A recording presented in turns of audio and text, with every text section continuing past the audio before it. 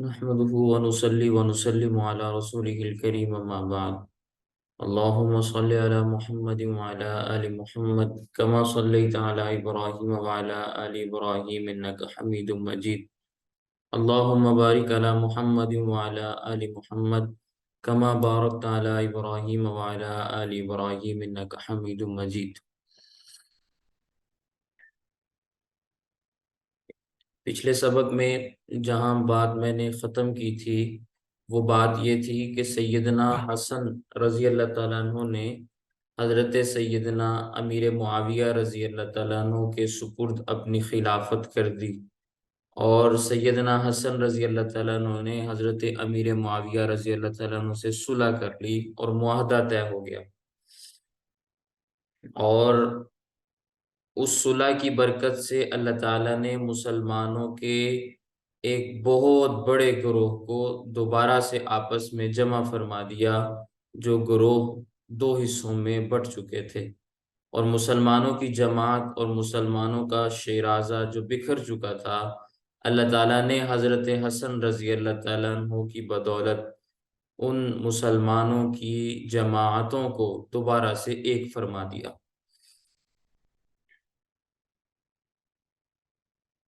تو جب سیدنا حسن رضی اللہ تعالیٰ عنہ نے حضرت امیر معاویہ رضی اللہ تعالیٰ عنہ کے ساتھ صلح کر لی، تو اب اگلا مسئلہ یہ تھا کہ سیدنا حسن اور سیدنا حسین رضی اللہ تعالیٰ عنہما کہاں رہیں گے۔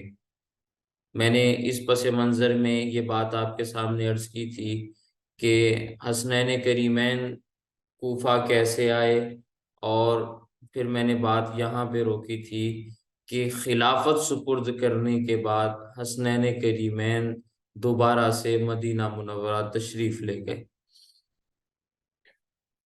کیونکہ مدینہ منورہ ان کے نانا کا بسایا ہوا شہر تھا، برکتوں اور رحمتوں والا شہر تھا۔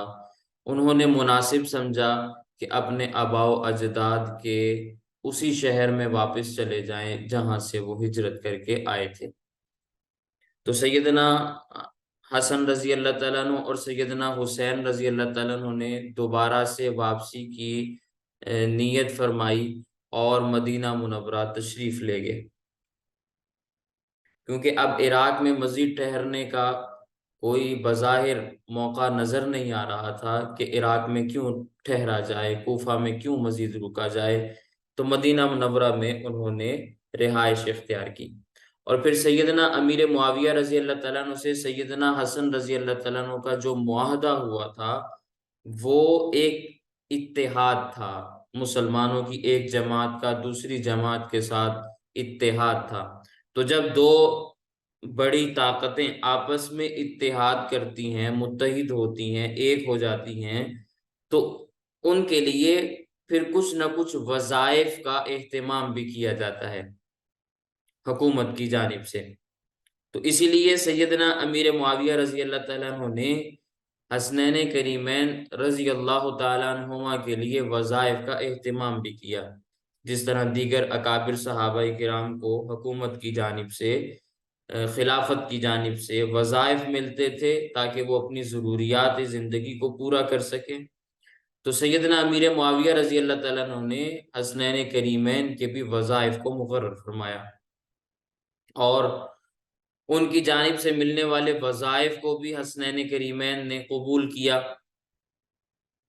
تو اس کا مطلب یہ ہے کہ انہوں نے جو حکومت کو قبول کیا وہ واقعتاً دل سے قبول کیا تھا۔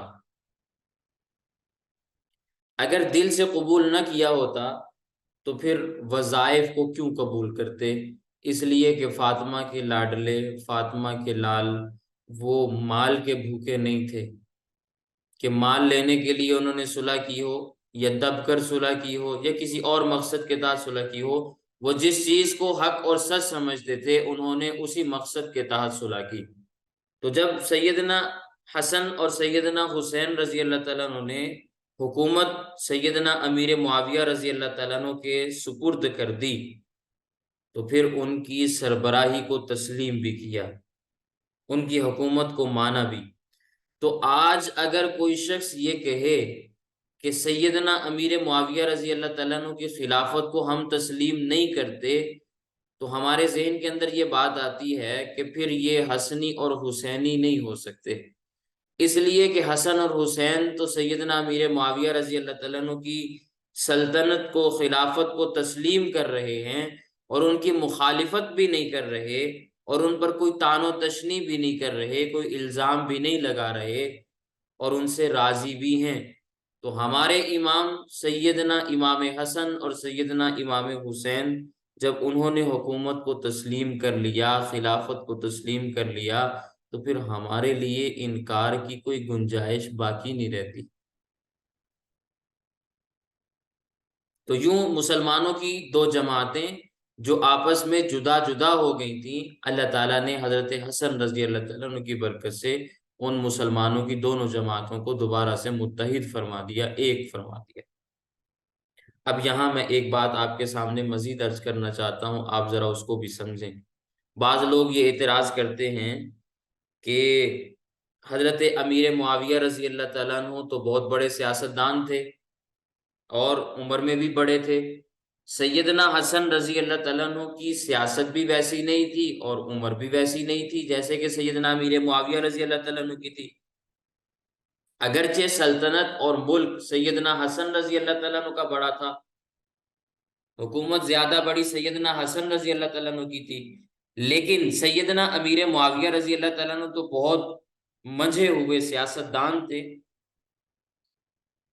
اور ان کا ایک رعب بھی تھا اور طاقت بھی تھی، غلبہ بھی تھا، لوگ ان کی بات کو مانتے اور تسلیم بھی کرتے تھے۔ اگر آپ نے میرے پچھلے سارے اسباق سنے ہوں تو ان میں نے یہ باتیں آپ کے سامنے عرض کی، اور دلائل کے ساتھ، کتب کے حوالہ جات کے ساتھ میں نے یہ باتیں آپ کے سامنے رکھی۔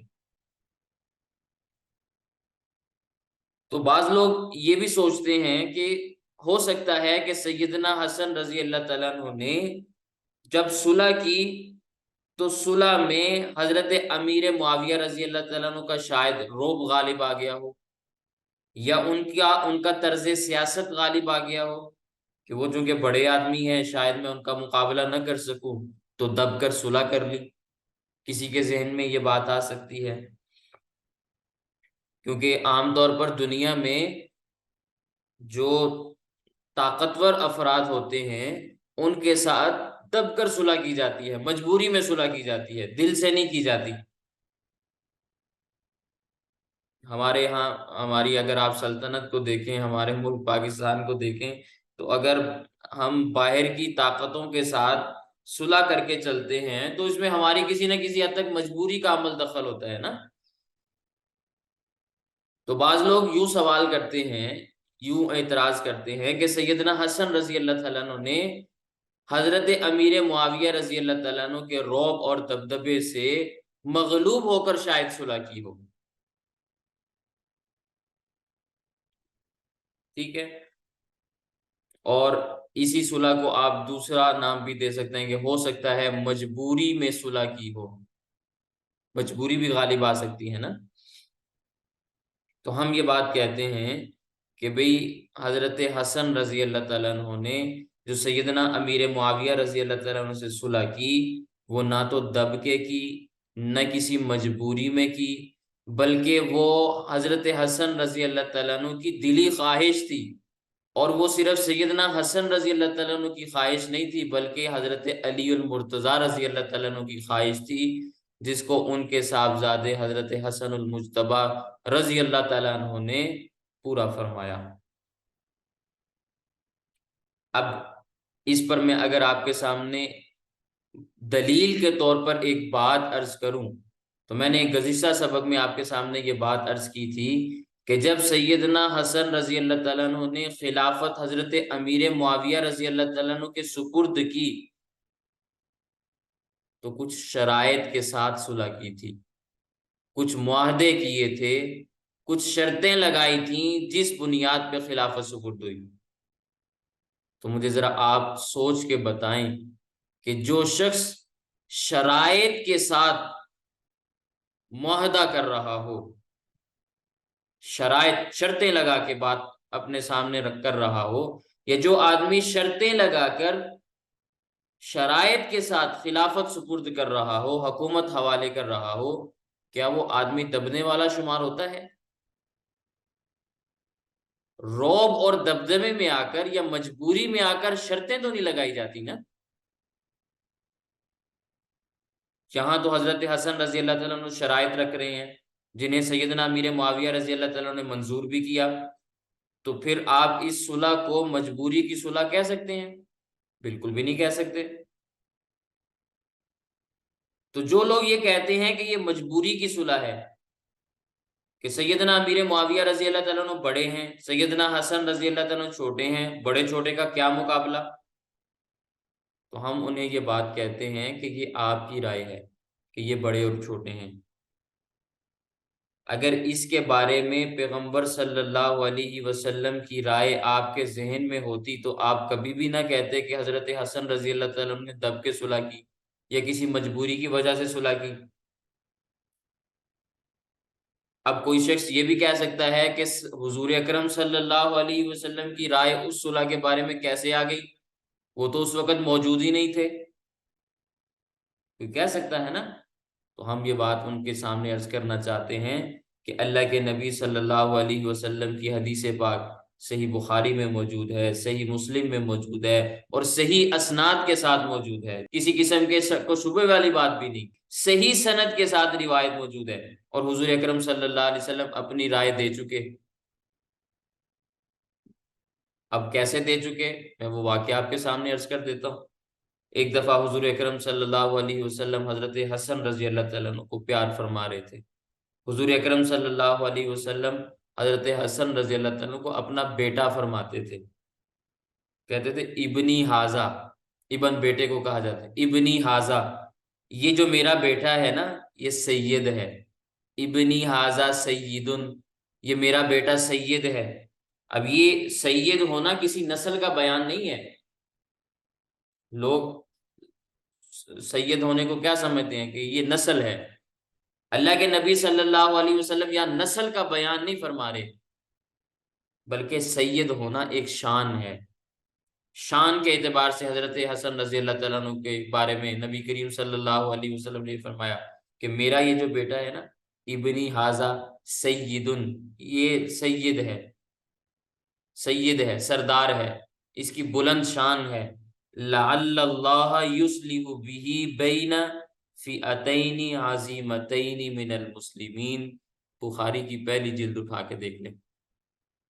ایک وقت آئے گا کہ میرے اس بیٹے کے ذریعے اللہ تعالی مسلمانوں کے دو حصوں کو ایک فرما دیں گے.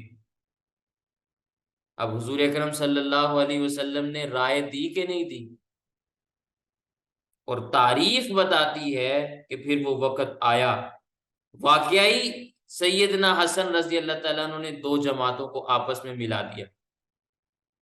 تو اب پیغمبر صلی اللہ علیہ وسلم تو خوشی خوشی کے ساتھ یہ بات فرما رہے ہیں کہ میرا جو یہ بیٹا ہے نا یہ سید ہے، اللہ تعالیٰ اس کے ذریعے سے مسلمانوں کی بڑی بڑی جماعتوں کو ملا دیں گے، ان کے درمیان اصلاح فرما دیں گے، ان کے درمیان صلح صفائی کروا دیں گے میرے اس بیٹے کے ذریعے سے.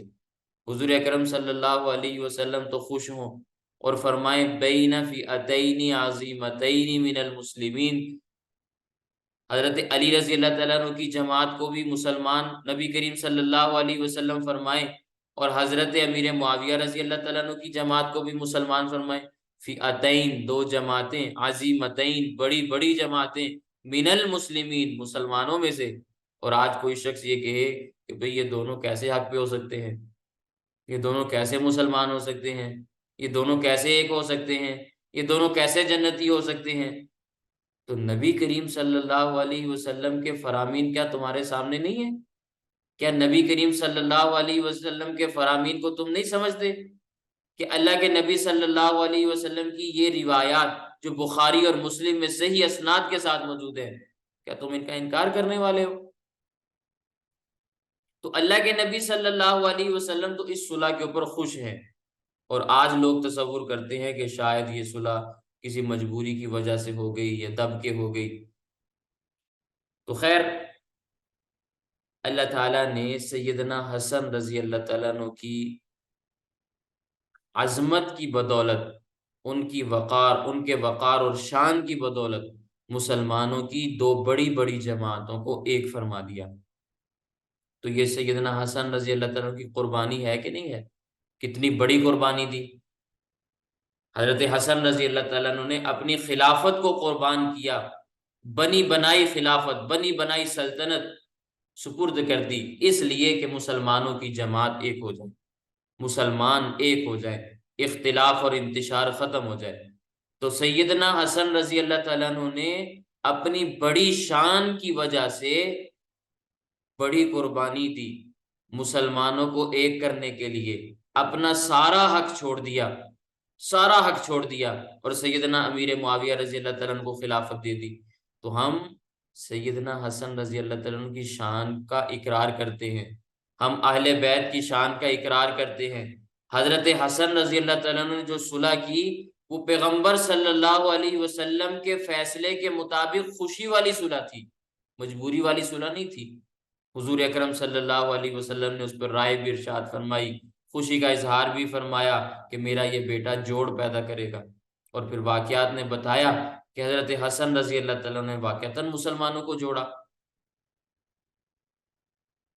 تو اب میں یہ آپ کے سامنے بات عرض کرنا چاہتا ہوں کہ حضرت حسن رضی اللہ تعالیٰ نے قربانی دی، اس قربانی کی ایک حیثیت نبی کریم صلی اللہ علیہ وسلم کی نگاہ میں ہے، اس قربانی کی ایک حیثیت اللہ تعالیٰ کی نظر میں ہے۔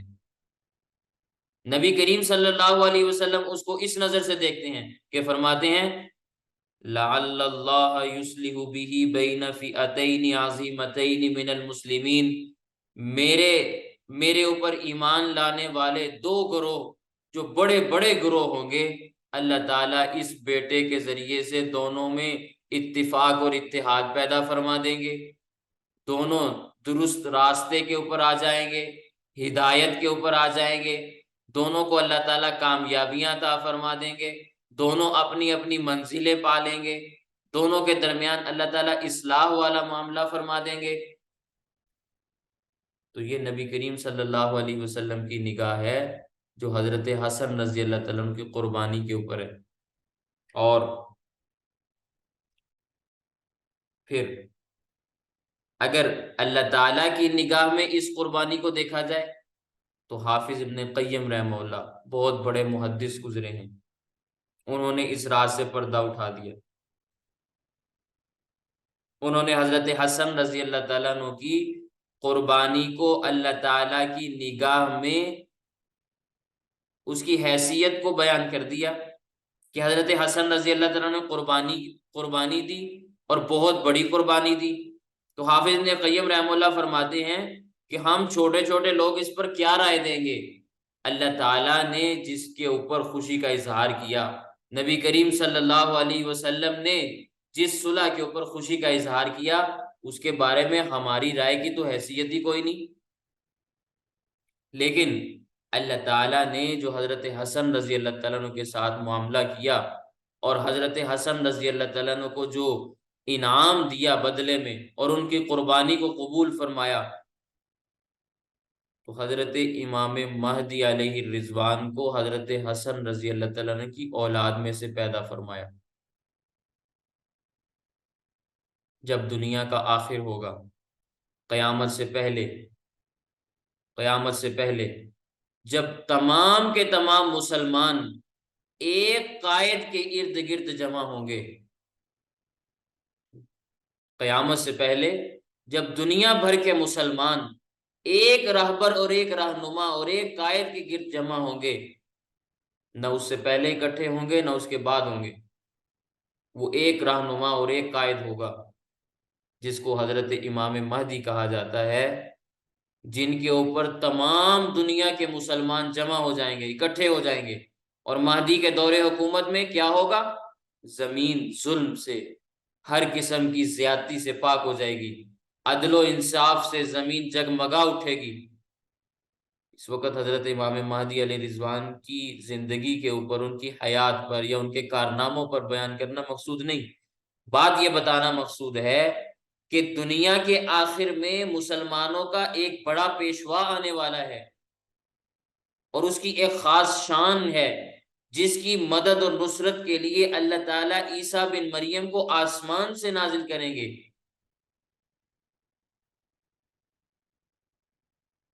اس امام مہدی کو حضرت حسن المجتبی رضی اللہ تعالیٰ عنہ کی اولاد سے اللہ تعالیٰ نے پیدا فرمایا، اور پھر ان کو جو خلافت دی، ان کو جو سلطنت دی، ان کو جو حکومت دی، اتنی وسیع و عریض حکومت کہ اتنی بڑی حکومت سیدنا صدیق اکبر رضی اللہ تعالیٰ عنہ کی بھی نہیں، اتنی بڑی حکومت سیدنا فاروق اعظم رضی اللہ تعالیٰ عنہ کی بھی نہیں، اتنی بڑی خلافت اور سلطنت سیدنا عثمان غنی رضی اللہ تعالیٰ عنہ کی بھی نہیں، اتنی بڑی خلافت اور سلطنت سیدنا امیر معاویہ رضی اللہ تعالیٰ عنہ کی بھی نہیں، جتنی بڑی خلافت اور سلطنت اللہ تعالیٰ حضرت حسن رضی اللہ تعالیٰ عنہ کی اولاد میں سے پیدا ہونے والے امام اور خلیفہ امام مہدی کو عطا فرمائیں گے،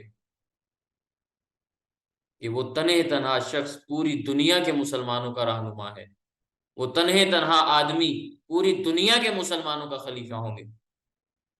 تو حافظ ابن قیم رحمہ اللہ فرماتے ہیں اس وقت حضرت حسن رضی اللہ تعالیٰ عنہ نے سلطنت قربان کی، اللہ نے پھر جزا یہ دی کہ میں ساری دنیا کی سلطنتوں کو تیری نسل میں جمع کر دوں گا۔ جب دنیا خاتمے کے قریب ہوگی تو ایک رہنما مسلمانوں کا آئے گا نا، اس کو مہدی کہا جاتا ہے، وہ حضرت حسن کی اولاد میں سے اللہ تعالیٰ نے پیدا فرمانا ہے، اور ان کے ذریعے اللہ تعالیٰ پوری روئے زمین پر مسلمانوں کی خلافت کو، حکومت کو چمکائیں گے اور قائم فرمائیں گے، حضرت حسن رضی اللہ تعالیٰ کی اولاد میں سے ہیں۔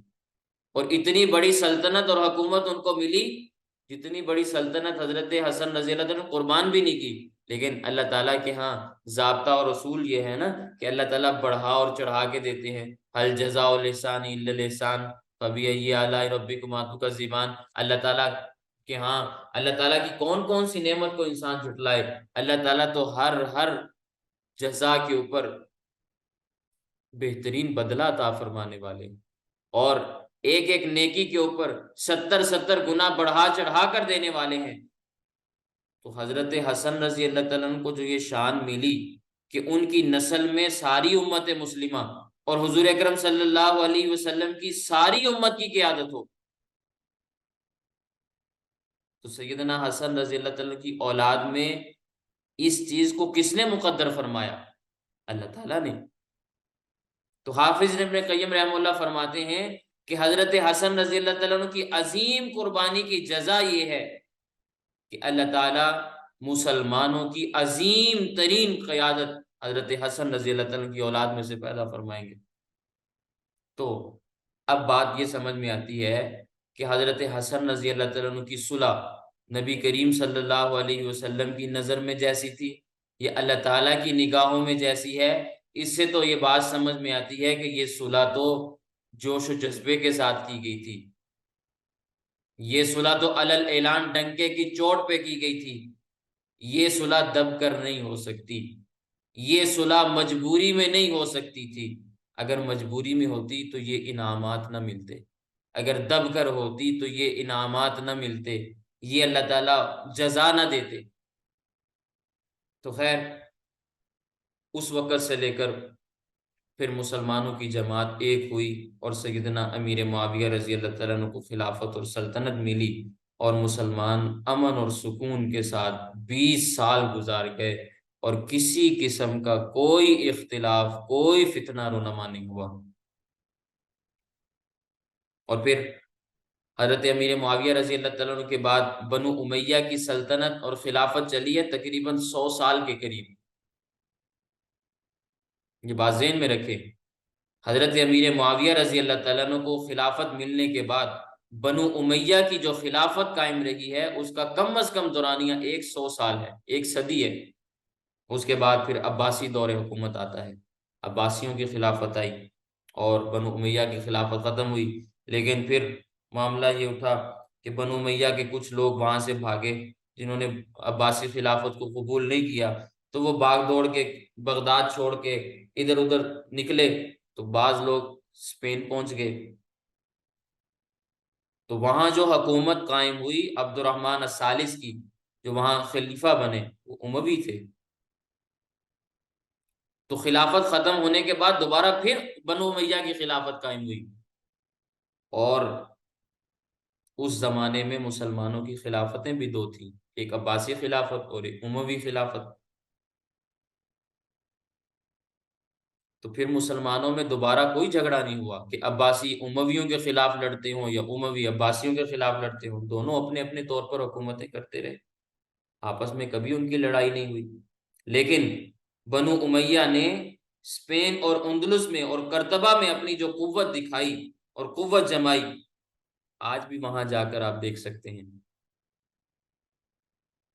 اس وقت بھی اسپین کے اندر جو مسجد موجود ہے، جس کے بارے میں علامہ اقبال نے اپنے اشعار میں بھی بہت ساری باتیں لکھی ہیں، اور تاریخ اور تاریخ کی کتابوں میں بھی آپ کو بہت ساری باتیں اس میں ملیں گی۔ آج بھی آپ جائیں تو مسجد کے ایک حصے سے دوسرے حصے تک پہنچنے کے لیے پیدل سفر نہیں کر سکتے، ٹرین چلتی ہے۔ اتنی شان و شوکت والی بنو امیہ کی حکومت قائم ہوئی۔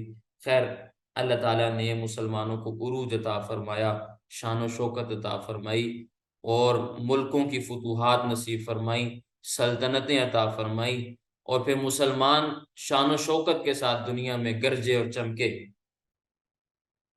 تو بعد میں یہ عرض کر رہا تھا کہ حضرت حسن رضی اللہ تعالیٰ عنہ نے جب حضرت امیر معاویہ رضی اللہ تعالیٰ عنہ کے ساتھ صلح کر لی، تو اس صلح کے بعد وہ مدینہ منورہ تشریف لے آئے، وہاں قیام فرمایا۔ پھر اگلا مسئلہ یہ پیش آیا کہ کچھ عرصے کے بعد سیدنا حسن رضی اللہ تعالیٰ عنہ کی شہادت ہوگی، شہادت ہوگی۔ اب لوگوں نے پھر پروپیگنڈا شروع کر دیا، لوگ پھر الزامات لگانے لگے، کہنے لگے کہ حضرت امیر معاویہ رضی اللہ تعالیٰ عنہ نے نعوذ باللہ من ذالک ایک عورت کے ذریعے حضرت حسن رضی اللہ تعالیٰ عنہ کو زہر دلوا دیا، اس لیے حضرت حسن رضی اللہ تعالیٰ عنہ شہید ہو گئے۔ تو ایک منٹ کے لیے ذرا آپ اپنی عقل سے فیصلہ کریں، اگر واقعتاً یہ بات ہو، اگر واقعتاً یوں ہی ہوا ہو کہ حضرت امیر معاویہ رضی اللہ تعالیٰ عنہ نے نعوذ باللہ من ذالک سازش کی اور ایک عورت کے ذریعے زہر دلوا دیا، تو حضرت حسین رضی اللہ تعالیٰ عنہ مدینہ منورہ میں حضرت حسن کے ساتھ موجود تھے کہ نہیں تھے؟ صلح کرنے میں بھی موجود تھے، صلح کے بعد بھی موجود تھے۔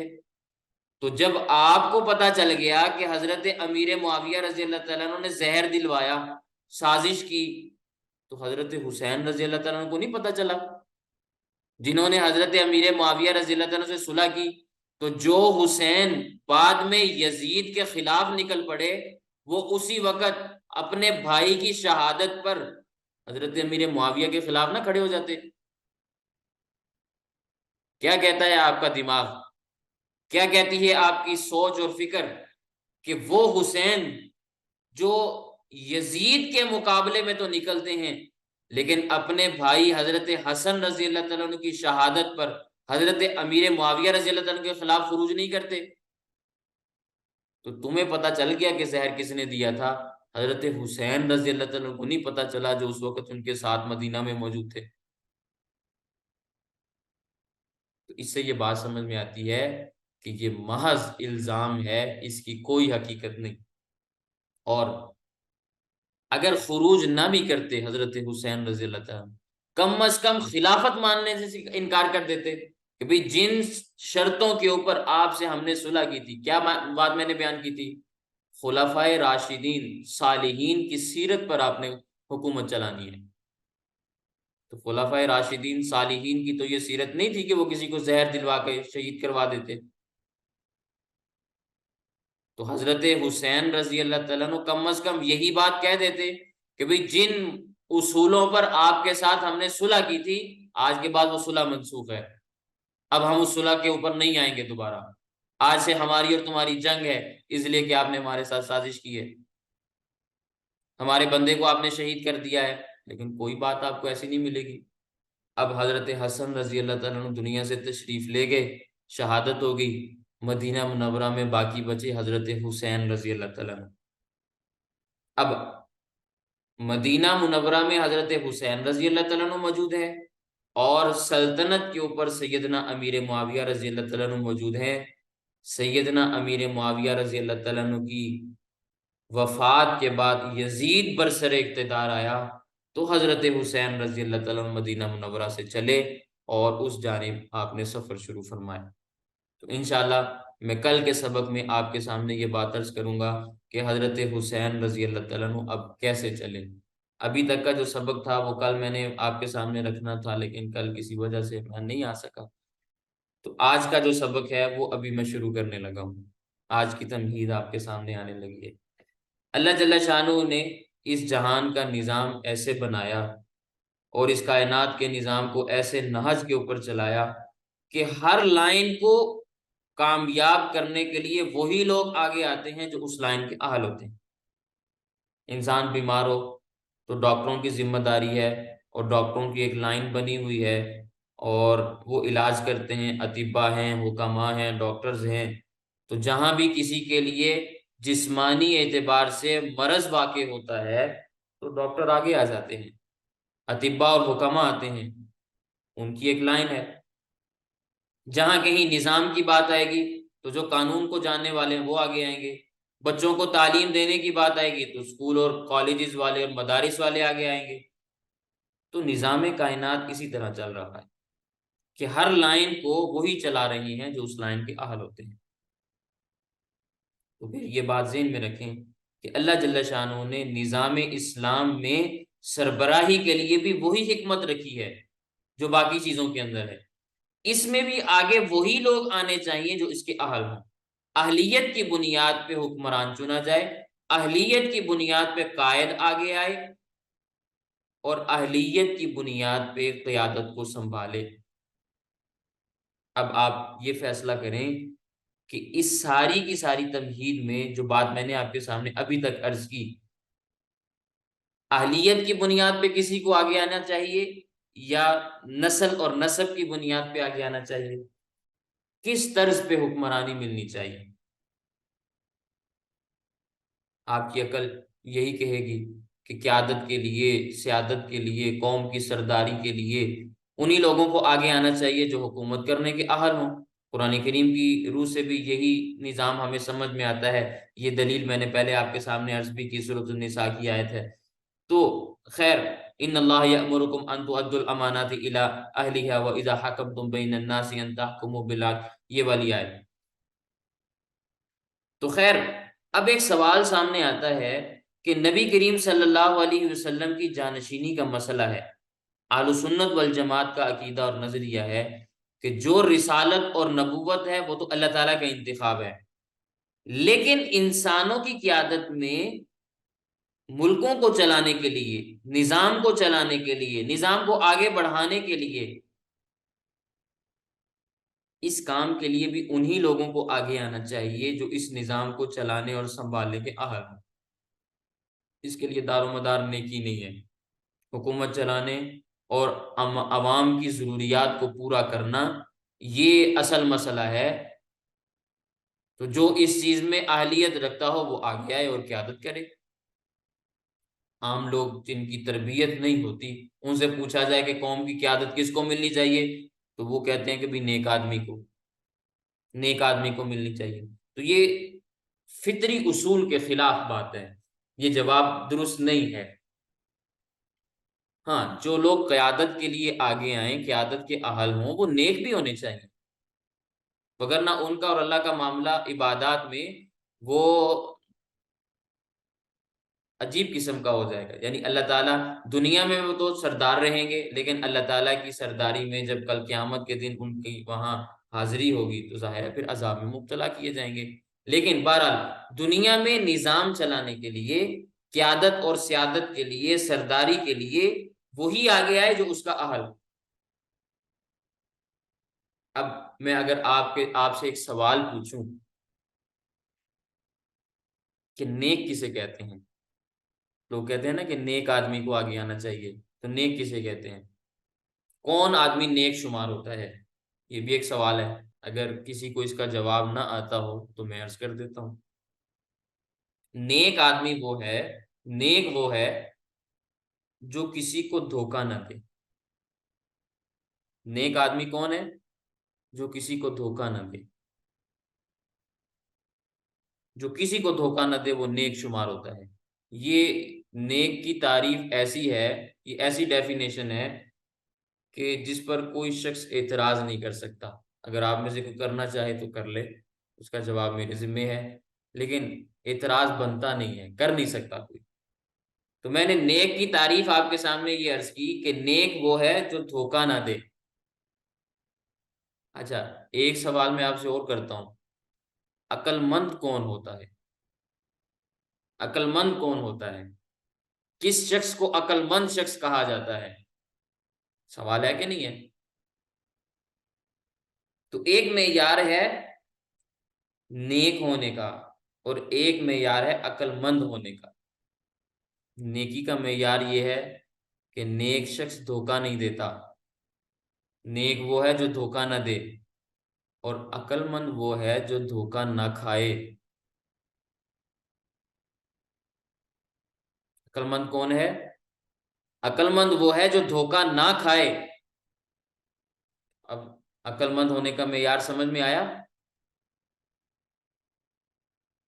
جو کسی کو دھوکہ نہ دے وہ نیک ہے، اور جو کسی سے دھوکہ نہ کھائے وہ عقل مند ہے۔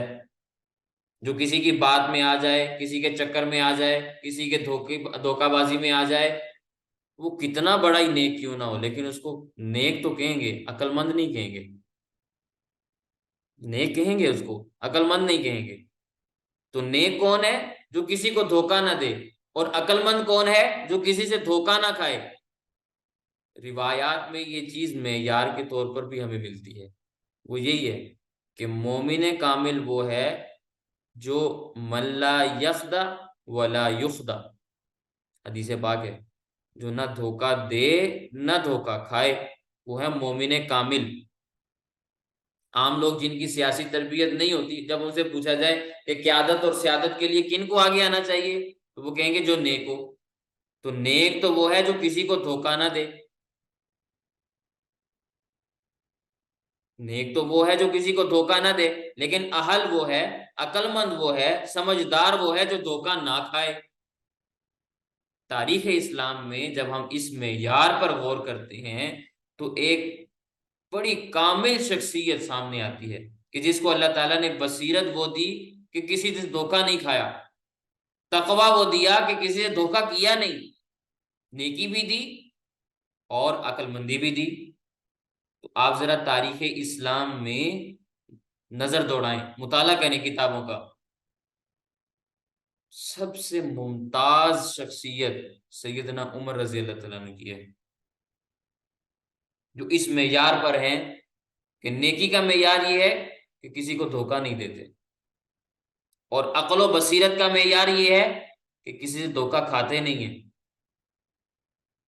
آپ حضرت سیدنا عمر رضی اللہ تعالیٰ عنہ کی سیرت کا تنقیدی نظر سے مطالعہ کر لیں، یا کسی تنقید کرنے والے کے سامنے یہ بات رکھ دیں،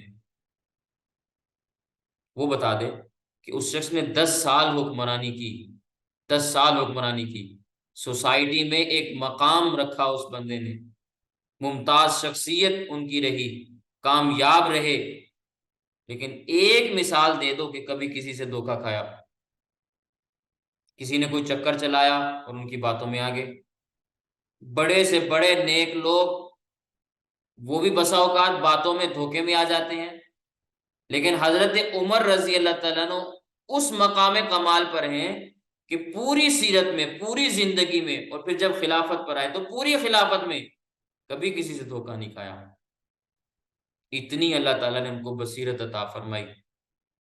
بلکہ مورخین لکھتے ہیں کہ جب حضرت عمر رضی اللہ تعالیٰ عنہ نے یہ سارا نظام اور یہ ساری مشینری جو ان کے سپرد ہوئی، ان میں سے جو پودا جہاں فٹ کیا، کیا مجال ہے کہ آپ اس میں نقص نکال کے دکھا دیں، یا وہ اس کے اہل نہ رہا ہو، اس کو سنبھال نہ سکا ہو۔ حضرت عمر رضی اللہ تعالیٰ عنہ نے اپنے دور میں مختلف ملکوں میں، مختلف صوبوں میں، مختلف علاقوں میں جس جس آدمی کو جس جس مقام پہ فائز کیا، وہ ایسے اہل ثابت ہوئے کہ حضرت عمر رضی اللہ تعالیٰ عنہ کی خلافت کو 4 چاند لگا دیے۔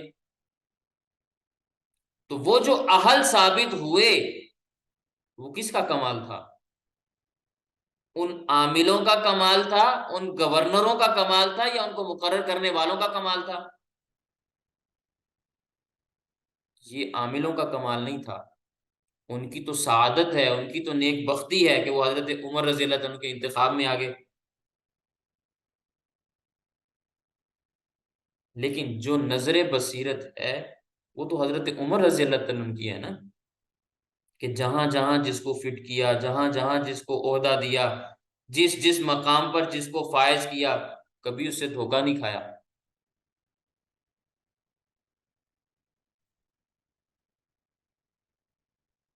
میں یہ بات بھی آپ کے سامنے عرض کر دوں، دھوکہ کوئی دے دے اور کوئی دھوکہ کھا جائے تو یہ کوئی گناہ کی بات نہیں ہے۔ دھوکہ دینا تو بری بات ہے، لیکن دھوکہ کھا جانا اور دھوکے کے اندر مبتلا ہو جانا یہ کوئی گناہ کی بات نہیں ہے۔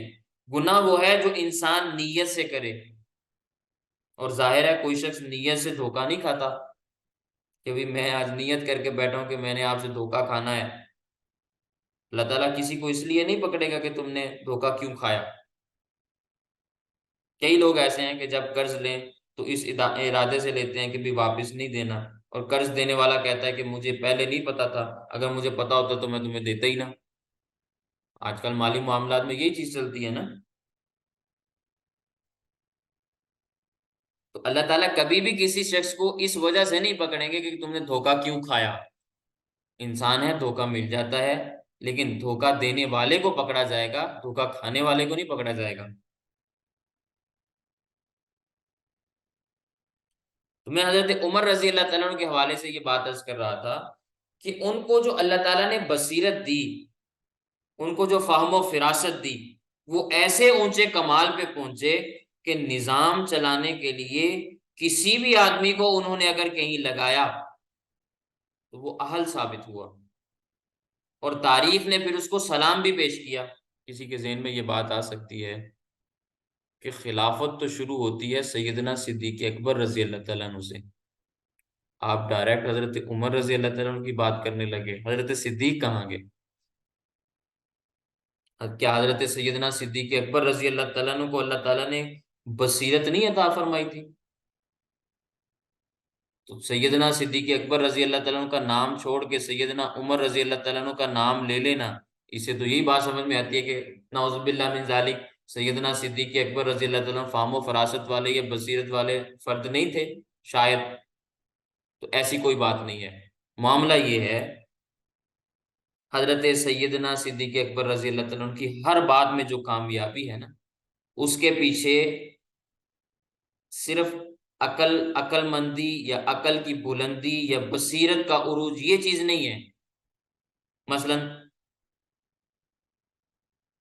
نبی کریم صلی اللہ علیہ وسلم کے بارے میں ہم بات کہتے ہیں، بعد از خدا بزرگ تو ہی قصہ مختصر، کہ نبی کریم صلی اللہ علیہ وسلم کو اللہ تعالیٰ نے جو کمالات دیے، جو خصوصیات دیں، جو چیزیں عطا فرمائی، وہ نبی کریم صلی اللہ علیہ وسلم کا ہی خاصہ ہے، کسی اور میں وہ چیز پائی ہی نہیں جاتی، کیونکہ اللہ تعالیٰ نے کسی اور کو کوئی چیز دی ہی نہیں۔ ٹھیک ہے، اب پیغمبر صلی اللہ علیہ وسلم کے بارے میں اللہ تعالیٰ نے سورۃ مائدہ میں جو بات ارشاد فرمائی، واللہ یعصمک من الناس، کہ اے میرے پیغمبر میں تجھے بچا لوں گا لوگوں سے، یعنی لوگ کتنے ہی ہیلے بہانے کیوں نہ کریں، کتنے ہی دھوکے کیوں نہ دیں، منافق بن کر کیسا ہی دغا اور دھوکا کیوں نہ دے دیں، لیکن واللہ یعصمک من الناس، اللہ تعالیٰ تمہیں لوگوں کے دھوکوں سے بچا لیں گے، اور حسبک اللہ، اللہ تعالیٰ تجھے کافی ہو جائیں گے۔ تو حضور اکرم صلی اللہ علیہ وسلم کی ساری کامیابی یہ ہے کہ خدا ان کے ساتھ ہے، حتیٰ کہ جب کبھی مدینہ کے گرد سرحدوں پر کوئی دھواں بھی اٹھتا ہوا دکھائی دیتا نا، تو آپ ذرا سیرت کا مطالعہ کر کے دیکھیں، کبھی کوئی اندیشہ ہوتا کہ شاید کوئی قوم حملہ کرنے کے لیے آئی ہے یا کچھ لوگ آئے ہیں، تو انسان ہونے کے اعتبار سے معاشرے میں یہ بات کہی جاتی ہے نا کہ دیکھو دیکھو کون آیا، بھئی وہ وہاں پہ کیا معاملہ پیش آ رہا ہے، دیکھو تو صحیح کون ہے۔ تو جب ہر ایسا آدمی جو علاقے کا بڑا ہو، سوسائٹی کا چودھری ہو، جو بڑا سمجھا جاتا ہے، وہ بھی اکیلا اس جانب نہیں جاتا کہ جا کے دیکھ کے آئے کہ وہاں کیا معاملہ پیش آ رہا ہے۔ کوئی دشمن آ گیا ہے، کسی نے حملہ کر دیا ہے، کچھ لوگ آ گئے ہیں، کیا معاملہ پیش آیا کہ فلاں جگہ سے دھواں اٹھتا ہوا دکھائی دے رہا ہے، گرد و غبار. پرانے زمانے کی میں بات کر رہا ہوں نا، کہ جب لشکر آتے تھے تو گھوڑوں کی ٹاپوں کی وجہ سے مٹی اڑتی تھی، ریت اڑتی تھی. تو نبی کریم صلی اللہ علیہ وسلم کی سیرت کا ذرا آپ مطالعہ کریں. جب بھی کبھی ایسا موقع آ جاتا، اللہ کے نبی صلی اللہ علیہ وسلم اکیلے گھوڑے پر سوار ہو جاتے اور چکر لگا کے آتے. کیوں؟ ان کو ایسا اللہ کی ذات پہ یقین تھا کہ اللہ تعالیٰ جب میرے ساتھ ہیں تو مجھے کچھ بھی نہیں ہو سکتا، کوئی میرا بال بھی بیکا نہیں کر سکتا، کوئی مجھے دھوکہ نہیں دے سکتا. اللہ تعالیٰ کی مدد جو ساتھ تھی. تو اللہ تعالیٰ کا ساتھ ہونا اور اللہ تعالیٰ کا بار بار قرآن کریم میں اپنی مدد کا اعلان کرنا نبی کریم صلی اللہ علیہ وسلم کے لیے، تو اس سے ہمیں یہ بات سمجھ میں آتی ہے کہ نبی کریم صلی اللہ علیہ وسلم کے ساتھ تو اللہ تعالیٰ کی معیت تھی. پھر ایک واقعہ ذرا آپ اور ذہن میں لائیں، وہ ہجرت والا واقعہ، کہ جب نبی کریم صلی اللہ علیہ وسلم مکہ سے ہجرت کر کے مدینہ کی جانب جا رہے ہیں تو غار تک پہنچے تو دو افراد تھے جن کا ذکر اللہ تعالیٰ نے قرآن کریم میں کیا، اذ ہما فی الغار. جب وہ دونوں غار میں تھے تو سیدنا صدیق اکبر رضی اللہ تعالیٰ عنہ کو اندیشہ ہوا کہ دشمن نہ آ جائیں، کوئی دیکھ نہ لے، کیونکہ دشمن پیچھے پیچھے تعاقب میں آ رہا تھا نا. تو سیدنا صدیق اکبر رضی اللہ عنہ کو خیال آیا کہ کوئی آ نہ جائے. انسان تھے نا، ذہن میں خیال آ جاتا ہے بشری تقاضے کے مطابق. تو حضور اکرم صلی اللہ علیہ وسلم کی زبان سے نکلا، لا تحزن ان اللہ معنا. قرآن کریم کی آیت ہے، لا تحزن ان اللہ معنا، تو فکر نہ کر اللہ ہمارے ساتھ ہے. پہلے معیت کس کے ساتھ تھی اللہ تعالیٰ کی؟ نبی کریم صلی اللہ علیہ وسلم کے ساتھ. غار میں پہنچے تو اللہ تعالیٰ نے قرآن کریم میں کیا فرمایا؟ نبی کریم صلی اللہ علیہ وسلم کی زبان سے کیا نکلا؟ لا تحزن ان اللہ معنا. معی نہیں فرمایا، معنا، ہم دونوں کے ساتھ ہیں. تو اللہ تعالیٰ دونوں کے ساتھ ہو گیا. جس معیت خداوندی نے پہلے نبوت کی ذات کو گھیرا ہوا تھا، اب وہ اللہ تعالیٰ کی مدد اور نصرت، اللہ تعالیٰ کی وہ حفاظت سیدنا صدیق اکبر رضی اللہ تعالیٰ کے ارد گرد آ گئی. اس نے سیدنا صدیق اکبر رضی اللہ تعالیٰ کو بھی اپنی لپیٹ میں لے لیا. تو سیدنا صدیق اکبر رضی اللہ تعالیٰ کی جتنی بھی کامیابیاں ہیں وہ ساری کی ساری اس بنیاد پر ہیں کہ ان کے ساتھ اللہ تعالیٰ ہیں. معیت خداوندی ان کے ساتھ ہے جیسے معیت خداوندی نبی کریم صلی اللہ علیہ وسلم کے ساتھ تھی. اور سیدنا صدیق اکبر رضی اللہ تعالیٰ عنہ کو بھی اس کے بعد وہی یقین حاصل ہو گیا جو یقین نبی کریم صلی اللہ علیہ وسلم کو اللہ تعالیٰ کی مدد و نصرت کا تھا، کہ نبی کریم صلی اللہ علیہ وسلم اکیلے جا رہے ہیں، کسی کو ساتھ بھی نہیں لیا، کوئی باڈی گارڈ بھی ساتھ نہیں ہے، کوئی خوف اور اندیشہ بھی نہیں ہے، اور نبی کریم صلی اللہ علیہ وسلم اکیلے جا رہے ہیں، جا کے دیکھ کے آ رہے ہیں کہ دشمن تو نہیں آ گیا. تو یہی کیفیت پھر سیدنا صدیق اکبر رضی اللہ تعالیٰ عنہ کو ملی. وہی یقین سیدنا صدیق اکبر رضی اللہ تعالیٰ عنہ کو حاصل ہوا کہ اللہ ہمارے ساتھ ہے، اللہ میرے ساتھ ہے. اور پھر جب نبی کریم صلی اللہ علیہ وسلم کی وفات ہوئی تو کتنے فتنے اٹھے. ختم نبوت کا انکار ہے، کہیں زکوٰۃ کا انکار ہے، کہیں کس چیز کا انکار ہے، کہیں کس چیز کا. لیکن سیدنا صدیق اکبر رضی اللہ تعالیٰ عنہ جس جواں مردی کے ساتھ مقابلے پر آئے اور ایسی لڑائی لڑی کہ سارے ناکام ہو گئے. ختم نبوت کے محاذ پر بھی کامیابی ملی، مسلمہ کے خلاف جہاد کامیاب ہوا، زکوٰۃ کے معاملے پر بھی کامیابی ملی، پورا نظام بھی سنبھال لیا، حکومت اور سلطنت بھی امن میں آ گئی، مضبوط بھی ہو گئی، علاقوں کے علاقے فتح بھی ہوئے. تو سیدنا صدیق اکبر رضی اللہ تعالیٰ عنہ اپنے پورے ارادے سے اور پختہ عزم سے ہر کام میں آگے بڑھتے رہے، اس لیے کہ غار میں جب تھے اس وقت ان کو اللہ تعالیٰ کے وعدے پر یقین آ گیا کہ جو وعدہ اللہ تعالیٰ نے نبی کریم صلی اللہ علیہ وسلم کے ساتھ معیت کا کیا تھا اس وعدے میں بھی شامل ہو گیا.